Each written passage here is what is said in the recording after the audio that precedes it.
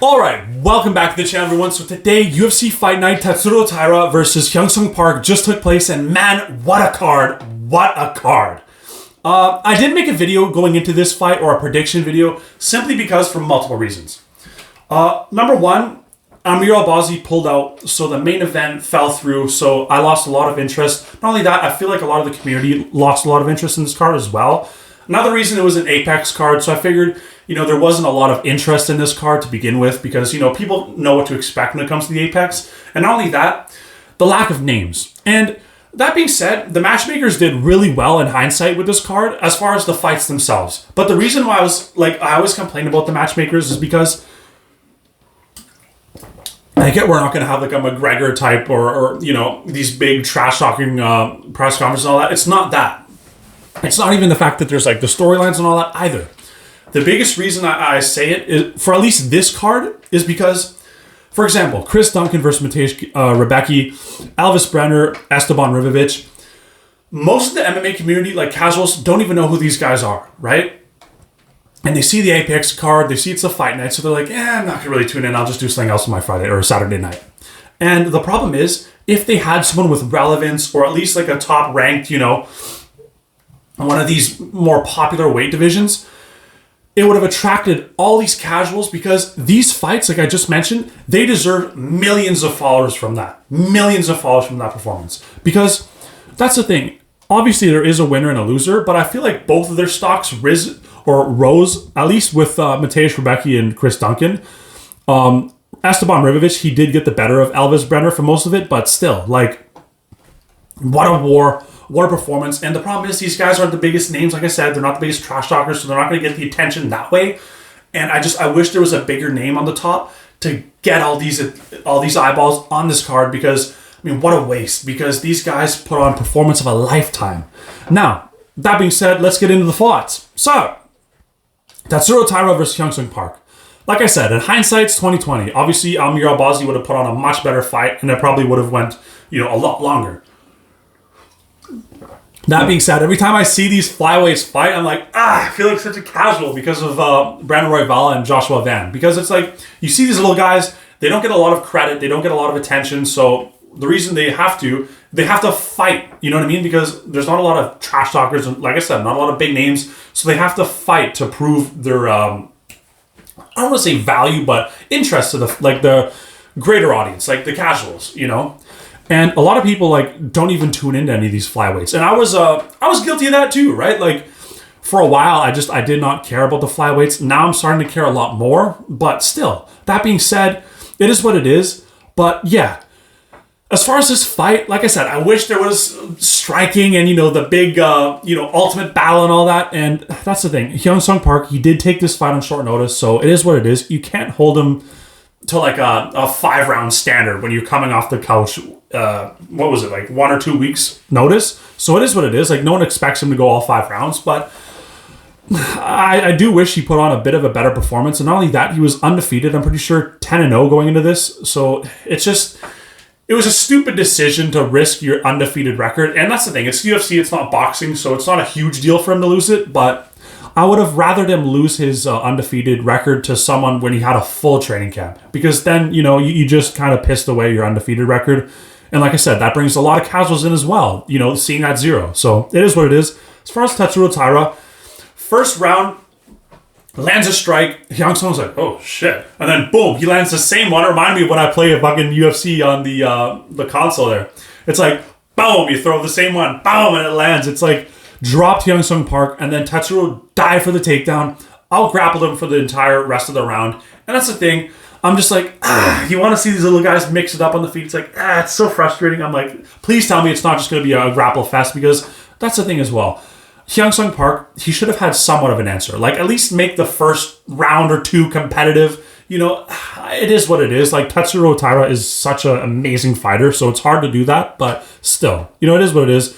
He out-grappled him, and I'm just like, it's just going to be very frustrating, isn't it? It's going to be a 5-round, wrestle. Because that's the thing. He fought with a game plan. He fought smart. It's stupid of me to expect all these guys to go in and fight a war each time, because there's no longevity in fighting in wars. And fighting, you want to take the path of least resistance. So it is what it is. You can't hold you can't be disappointed with that performance. Like, as much as you would have wanted to see not a bloodbath, but like fireworks, like back and forth, it is what it is.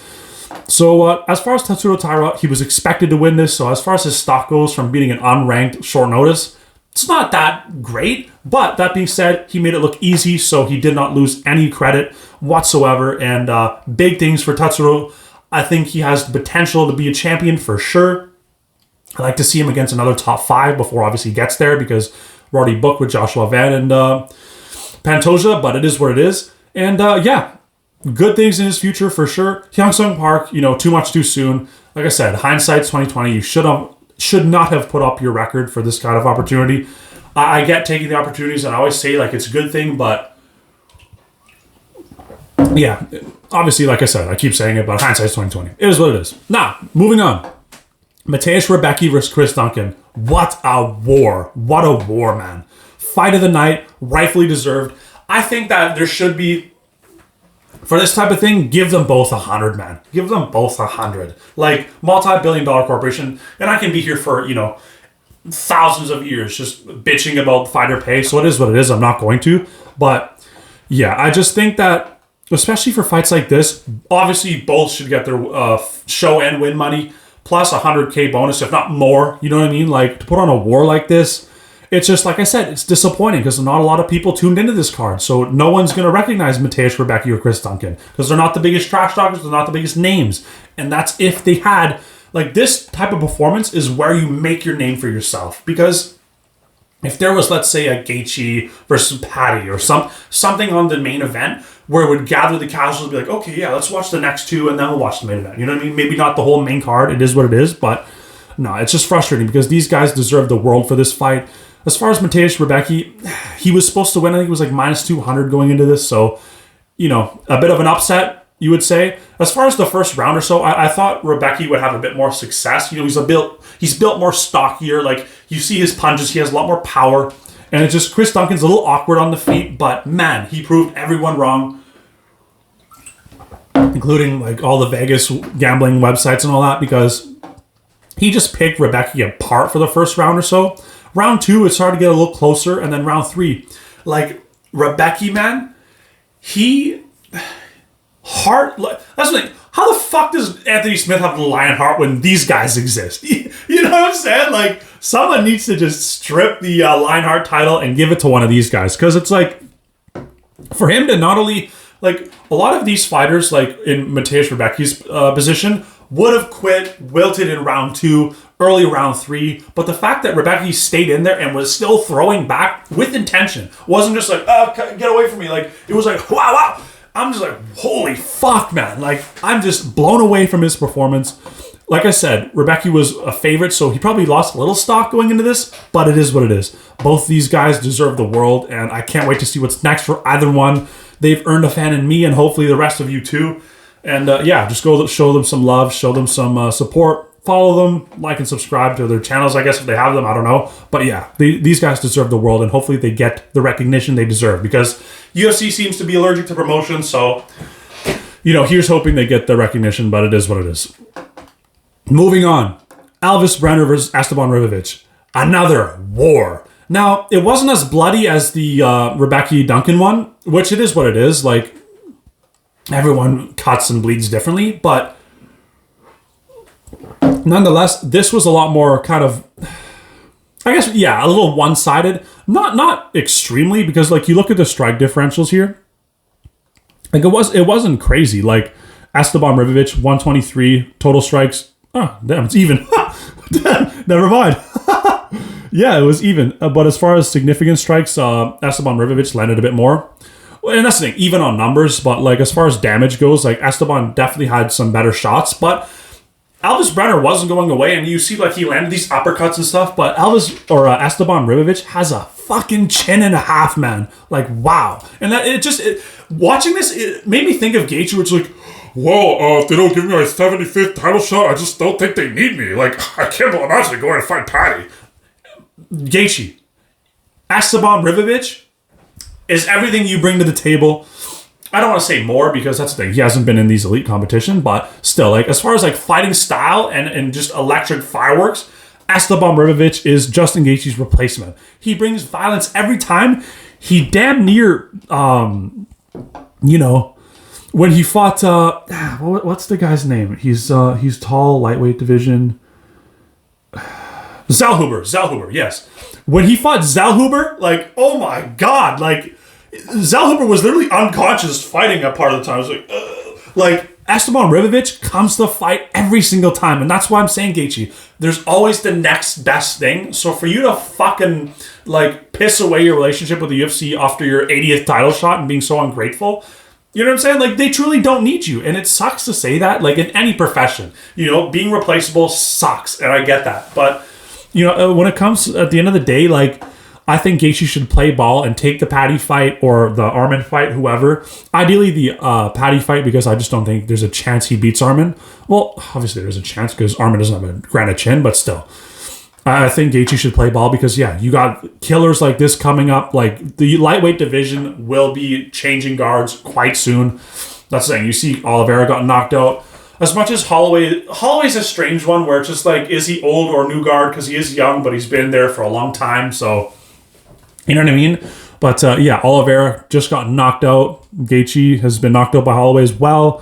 So like the new generation, like especially Ilia Topuria, I feel like you put Ilia Topuria against any of these guys because he's knocking them clean out. So the younger generation is going to come through, and yeah, the lightweight division's in good hands seeing this fight because yeah, both Chris Duncan and Esteban ribovic, their fights were in lightweight. So lightweight, you guys got some prospects up and coming, and yeah.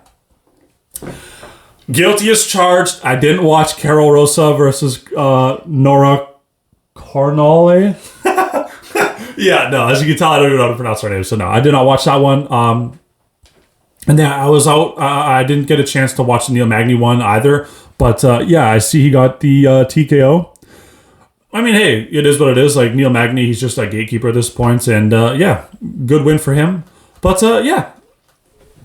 Like I said, I wish there was more names so that they would get more recognition, but it is what it is. I get the UFC has a limited roster and timing's everything, but yeah.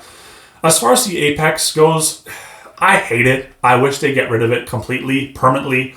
I remember Dana White's like, yeah, we're going to phase out the Apex, and then, doesn't. And then, yeah, we're going to add a bunch of seating. And then, I was looking around, there's really not a lot of seating there. So it's just, I hate the Apex. These guys deserve the crowd. Like, imagine this in a crowd. Fucking hell, man. So, yeah, as far as these guys who fought, like, that put on the wars, like Esteban, Duncan, do not ever go to the Apex again. With your fighting style, only accept the crowd. I don't give a fuck what the tax rate is or whatever. Who cares?